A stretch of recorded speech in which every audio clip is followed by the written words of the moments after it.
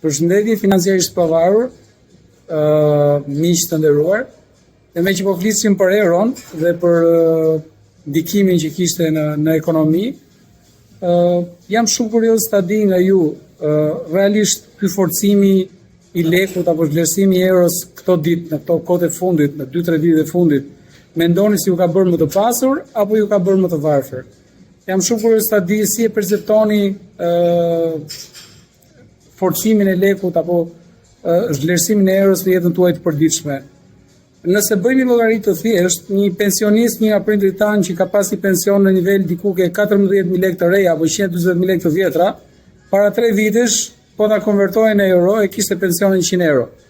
Ndërkohë që sot i njëjti pensionist me të njëjtën shifër, pra 14.000 lekë të reja, po ta konvertosh në euro, e ka pensionin rreth 145 euro. Pra, i njëjti pensionist në 3 vite merr të njëjtin pension, po në euro i duket sikur është rritur 45% pensioni. A mendoni se kjo përkthehet në përqindje? Komentet tuaja jepini poshtë dhe pastaj zgjerojmë debat. Faleminderit.